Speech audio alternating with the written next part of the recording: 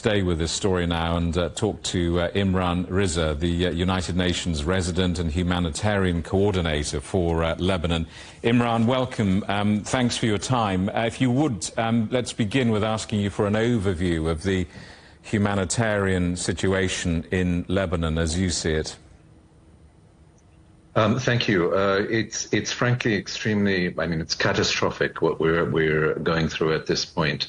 If you think about it, we've had about a year of this conflict going on, these hostilities. And until about 2 weeks ago, we had about 110,000 displaced.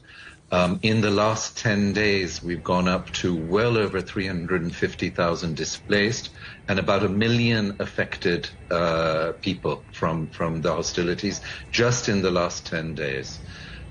You were reporting earlier on different sort of evacuation notices that were being given. A lot of people have been moving and have been trying to move, but as they move to different areas, they feel that they're also entering into places that are under attack in a sense. And so the sense of trauma, the sense of fear amongst people and amongst civilians that are moving is really, really extremely high at this time. We're just hearing from the World Health Organization Director General that 28 health workers have been killed in the last 24 hours. Your reaction to that? We've been calling since the beginning of this exchange of hostilities on to have respect for international humanitarian law, to basically protect civilians and all those that are working to try to assist civilians. In the last 10 days, the number of health workers that have been killed has doubled. At the moment, we have 97 emergency workers and health workers who have been killed in this in the latest escalation. We have also, unfortunately, lost a couple of United Nations colleagues, NGO colleagues, all humanitarian workers that are trying to assist those that are caught in this.